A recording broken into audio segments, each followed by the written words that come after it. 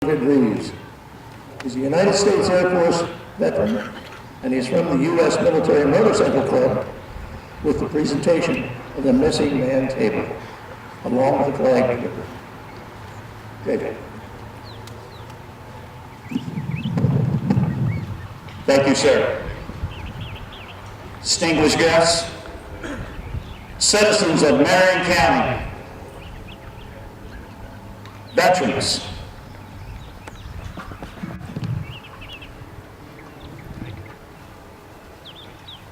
and my fellow brothers that showed up today. A man walked in the Capitol building, and in the rotunda, he saw flags.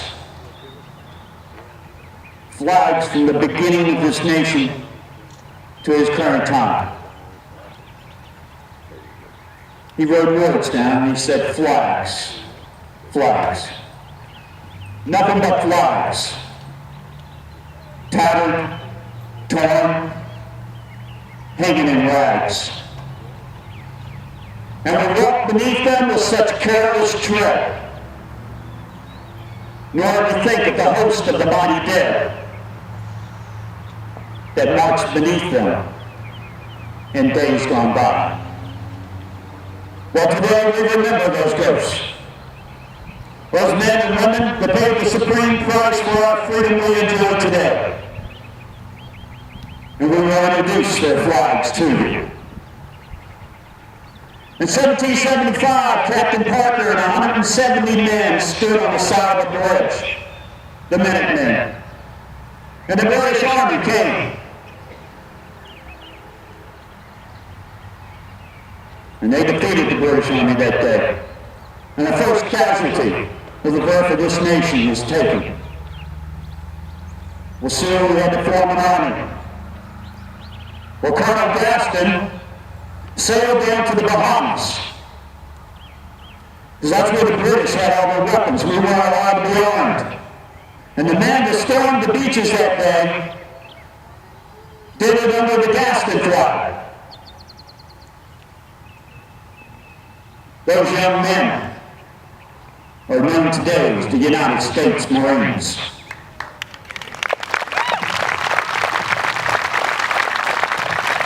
My hometown up in Virginia were the Culpeper Minutemen. They formed up in an old tree on a farm, and they responded to their nation's call. They used the same Gaston flag with different colors, and they added liberty or death. They had the rattlesnake on it. Benjamin Franklin used to talk about the rattlesnake. It represented America. Leave it alone, it'll leave you alone. You provoke her, and she will strike with a deadly strike. Well, they had to film General George Washington, and he had to get an army. And his wife actually paid to outfit the first 1,000 men. When he rode in to meet him, they formed up under the Grand Union flag. And if you look at this flag carefully as it marches down, I want you to remove the white stripes from it. And you'll have the Queen Anne flag with the King's colors in the left-hand corner. We placed the white stripes upon it to tell the English that we want it to be independent. And if we can solve this in a peaceful manner, we will. If war is what it's going to take, war will be. Some of you that might be up in the north may remember Colonel Stark and Ethan Allen, the Bennington flag, and the Green Mountain Boys. Colonel Stark was at the Bennington flag. His wife Molly had made him the Bennington flag. And he was facing 600 German mercenaries from the British, and he was about to lose the war that battle. Until Ethan Allen and his Green Mountain Boys came up over the hill and came to his rescue. Those two flags can't fly separate. Well, remember, we were a country. We didn't have a flag to represent us. They were making all these flags. George Washington had sat down with Betsy Ross, and they came up with the Betsy Ross flag. They said the early flags that Betsy Ross made, the stars were straight across. None of those flags survived. This is the most popular flag of the first flag of the United States. One of the worst battles in the Revolution was at the Guilford Courthouse. The Guilford Courthouse flag. Those men fought a courageous battle, and heavy losses we lost. We lost. But Cornwallis was suffered so bad that he could not carry on a fight and ended up surrendering to General George Washington. And the birth of this country that we know it today had started. But you know, there's one flag we can't forget about. The textile flag, or the surface flag. We all know who this is. John Paul Jones. I have yet begun to fight. That was Benjamin Franklin's description of the new American flag. Well, over 25,000 men and women sacrificed their life for our independence. It did not come cheap. The British still weren't finished with us. The War of 1812. Well, they started calling up men to serve. And some of those old veterans came and said, I'm going to serve, and they said, no, you're disqualified due to an injury or an age. They're saying, nobody's going to tell me I can't serve my country. And they formed their own group called the Veterans Exempt Flag. And they actually fought the British at the Michigan Lakes and accepted the flag of surrender. For those who are not qualified to join the military, there's your flag. One of the most famous flags, the 15-star flag, flew at Fort McHenry. Washington, D.C. robbed in flames and rumble. Baltimore was the next city, and the British bombed Fort McHenry, continuous to down this flag. 15 stars, 15 stripes. And on board one of those ships was a man who was trying to negotiate the release of the prisoners.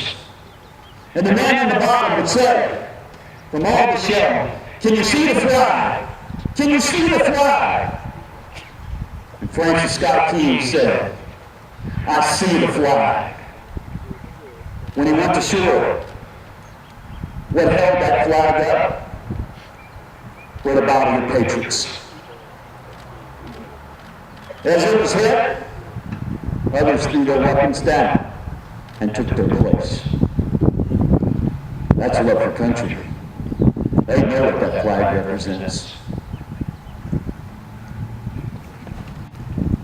Over 15,000 deaths in the War of 1812.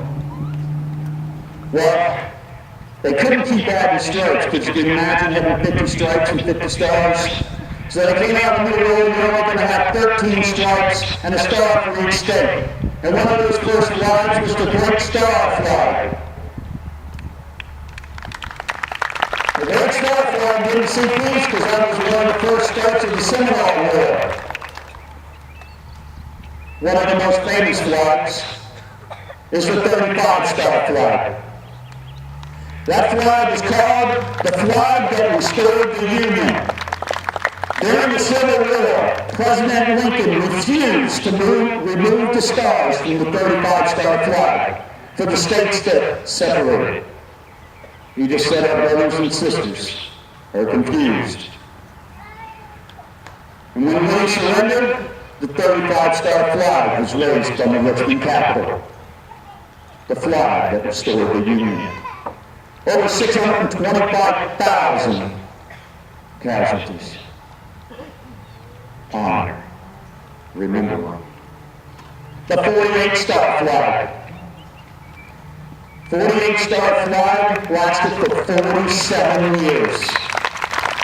It witnessed World War I, World War II, and Korea. And I don't have to tell you the numbers. It's known as the flag of liberation. Families in Belgium made secret flags and hid them in the attic because if the Germans caught them, it was instant death.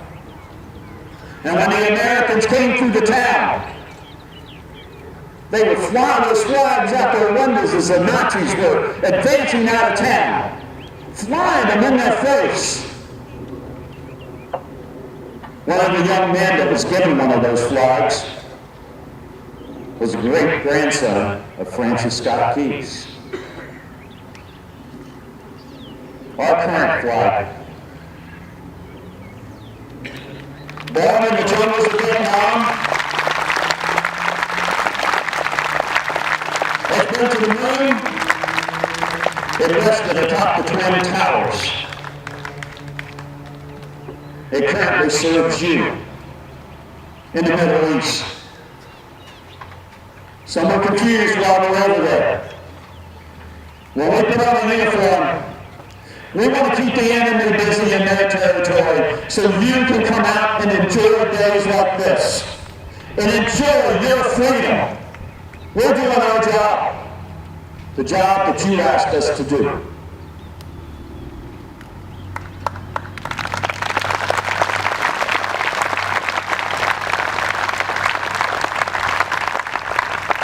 When the flag is completely folded, it takes on the appearance of a contact, like the days in the Revolution era, ever reminding us of the soldiers that served under General George Washington, and the sailors and Marines that served under Captain John Paul Jones, and who were followed by their comrades and shipmates in the armed forces of the United States, preserving for us the rights, privileges, and freedoms we enjoy today. The flag that Brother Kieswich has is a brand new flag. It is the same flag that is presented to families when a person has paid the ultimate sacrifice. The flag is being presented to that young man. And my task to you is you have a brand new flag. That flag is old, and it has history and tradition. That's your personal flag. I ask you to fly on Veterans Day. Fly on Memorial Day. Take it to your school and do a special lecture on it. And when you grow up and you have a child, present it to your kids and tell them the story. How we earned our freedom.